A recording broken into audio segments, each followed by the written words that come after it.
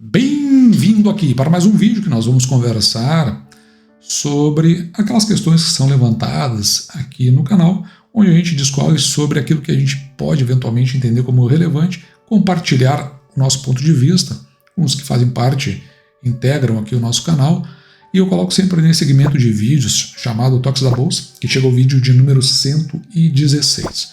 Hoje é dia 14 de abril de 2024, agora são mais ou menos 10h30 da manhã. Eu vou falar sobre disciplina, regularidade e outras questões envolvendo a nossa carteira aberta. Eu vou começar aqui com o Fábio Nascimento.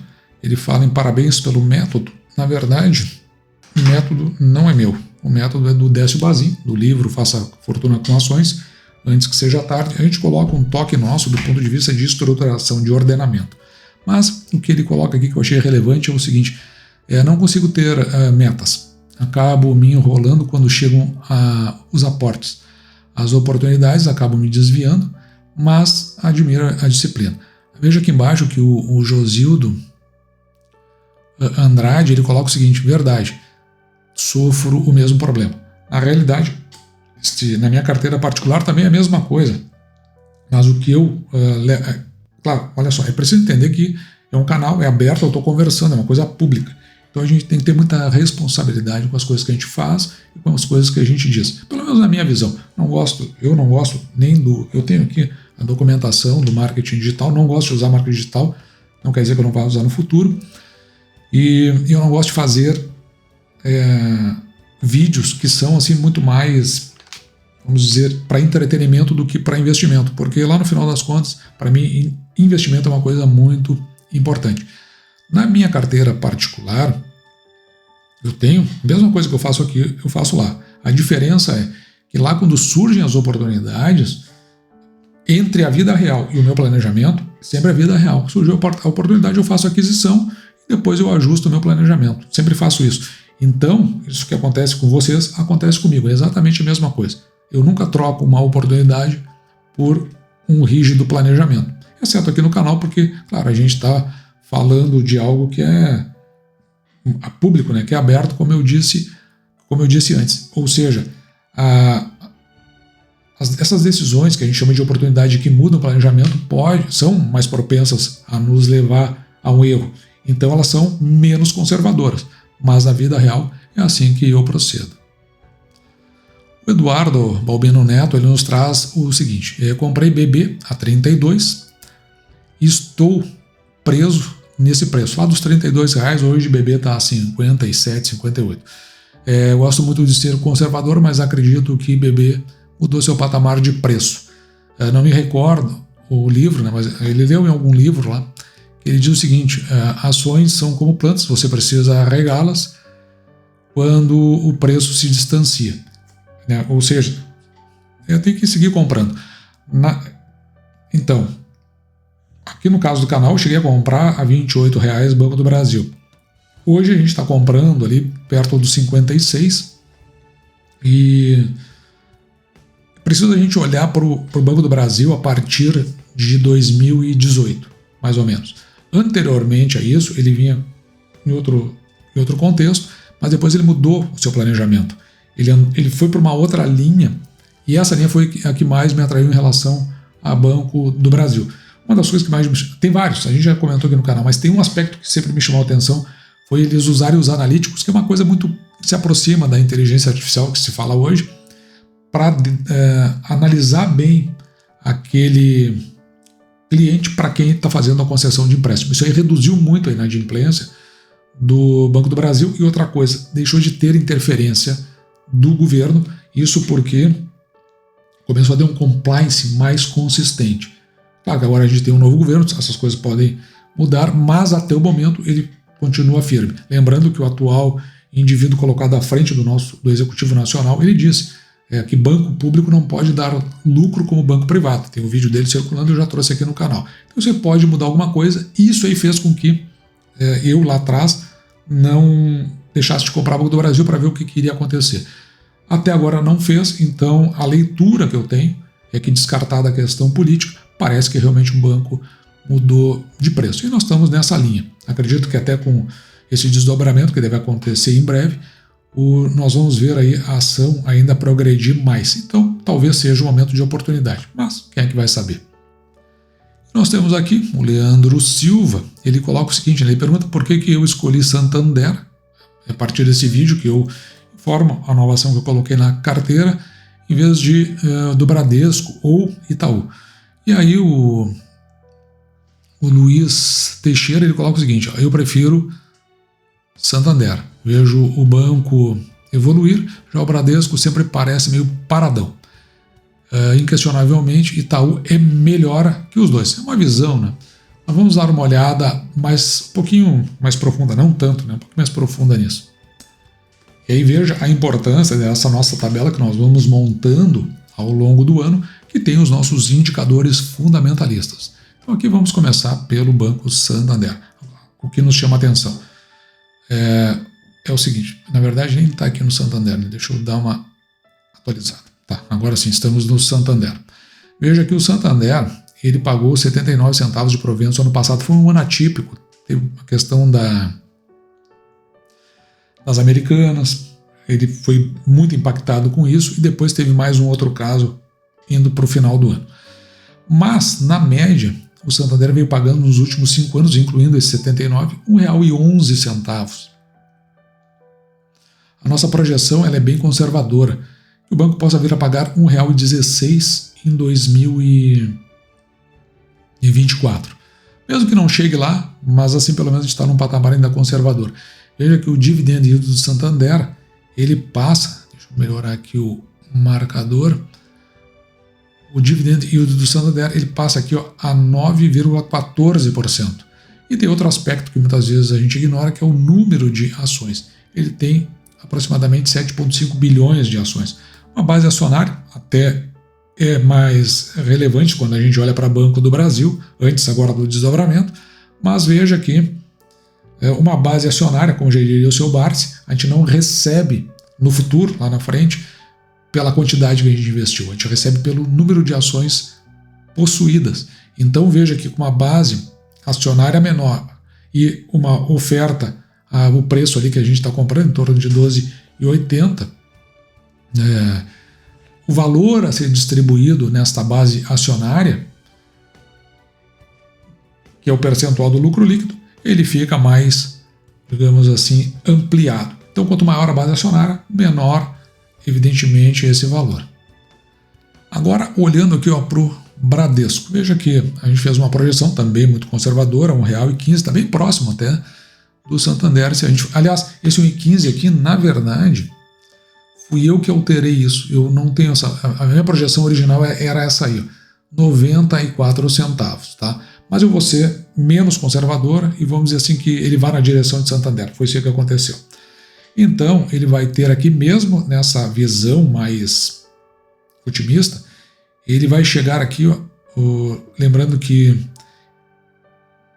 o Bradesco ele tem distribuído R$1,14, ele tem uma questão aí em relação à sua inadimplência, isso me afastou do Bradesco, e o 1,15 vai na direção da média dos últimos anos. Se isso aí acontecer, veja que o dividend yield do Bradesco ele vai ficar aqui em 9,8%. No entanto, olhando para frente, para o futuro, veja o tamanho da base acionária do Bradesco, que está indo na direção aqui dos 11 bilhões de ações. Isso também foi um fator que fez com que eu acabasse desistindo. Então, eu estou juntando todo esse contexto para achar que, pelo menos por um momento, me pareceu que Santander leva uma suave vantagem. E já o Itaú tem uma base acionária aqui de 9,8, quase 10 bilhões de ações. A nossa projeção é do pagamento aqui de R$1,29. Na média, veio pagando aqui R$1,45. Se nós tivermos certo nessa nossa projeção, veja que o dividend yield aqui é de 4,55.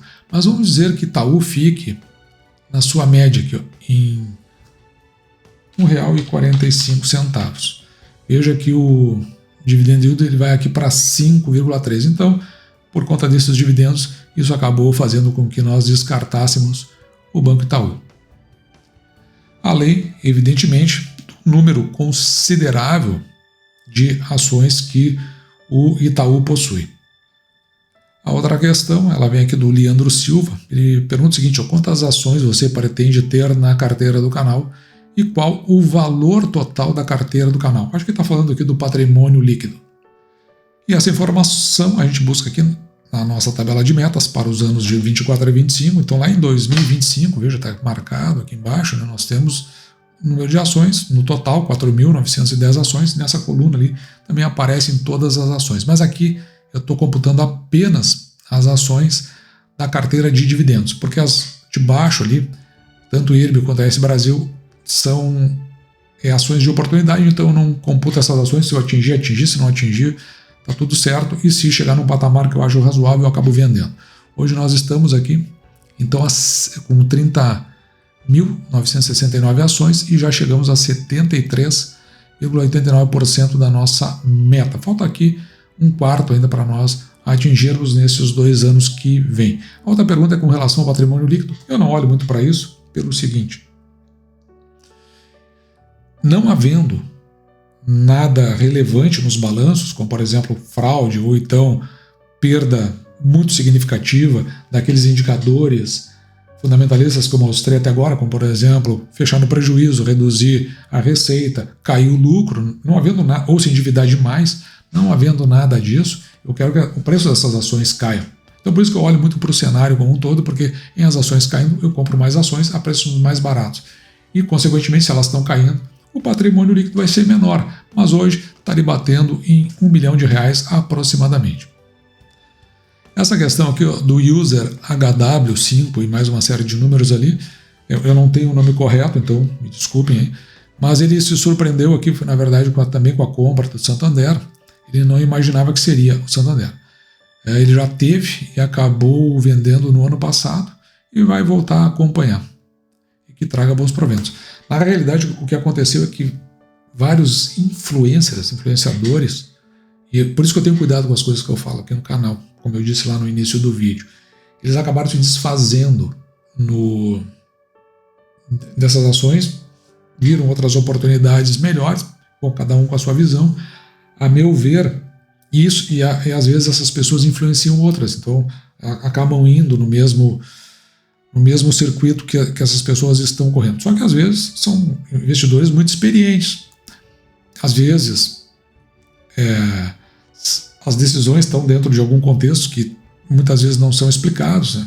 Eu tento colocar da forma mais clara aqui no canal, e justamente por conta desses investidores, dos fatos que eu já citei relativo ao Santander, que eu já venho comentando há um bom tempo, me pareceu que os que se desfizeram das ações pressionaram essas ações e elas acabaram se oferecendo num patamar que eu achei bem ajustado aqui para o canal e acabei fazendo essa compra.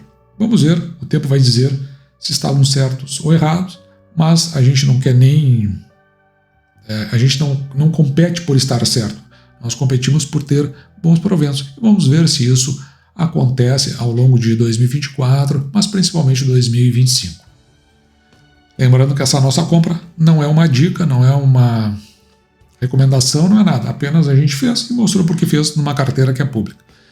Aqui o Leandro Silva ele coloca para nós, né, porque no vídeo anterior, no dia de ontem, dia 13 de março de 2024, nós fizemos um dossiê sobre a queda da Bolsa, né? E aqui ele coloca o seguinte: parece que a curva de Laffer vem cobrar o preço em breve. E aí foi comentado, principalmente em relação ao governo do presidente Jair Bolsonaro, se falava muito na curva de Laffer, que você vai aumentando o imposto. Aliás, eu nem vou entrar muito nisso tecnicamente, vou dar uma passadinha muito rápida. É o seguinte, o que o Laffer descobriu foi o seguinte... Tive que atender o telefone ali. Mas o que eu quero dizer aqui é o seguinte. Então eu gravei ontem, falei então dessa questão. Um dos assuntos abordados que eu vinha tratando ali é justamente o que estava levando, assim, pressionando a Bolsa, mas com relação à curva de Laffer e o conceito que tem ali por trás é que o que ele descobriu é que a partir de 33% de imposto sobre o faturamento total, as vendas totais, começava a cair a arrecadação através dos impostos. O nosso IVA vai ficar ali entre 27,5%, e dizem abaixo de 30%, talvez tenha algum setor específico que fique acima disso. Então me parece que não vai ser o efeito curva de Laffer. A redução que aconteceu no passado, acho que não foi por conta disso, acho que foi mais por desconfiança que se tinha nos governos. Quando aumenta a confiança, as pessoas investem mais, elas ficam mais animadas e giram mais a economia. E o que eu vejo assim, acontecendo é que no atual momento, principalmente com essa ampliação de impostos, as pessoas ficam mais... Não é que haja sonegação, a curva de Laffer fala sobre a questão da sonegação. O que acontece hoje, pelo menos na minha modesta visão, é que as pessoas desconfiadas, elas acabam não investindo. Então elas ficam muito reticentes e com isso a economia trava e não gira. Pelo menos é a visão que eu tenho, né? Então, só um toque aí, pelo menos na minha observação. Lembrando que a nossa economia ela não é tocada por essas grandes empresas que nós compramos ações. Ela é tocada principalmente pelo micro e o pequeno. São os mercadinhos, as lojinhas de rua, as feirinhas, quando pagam impostos. Esses aí que giram a nossa economia, porque a nossa economia ela é travada no Brasil faz 60 anos.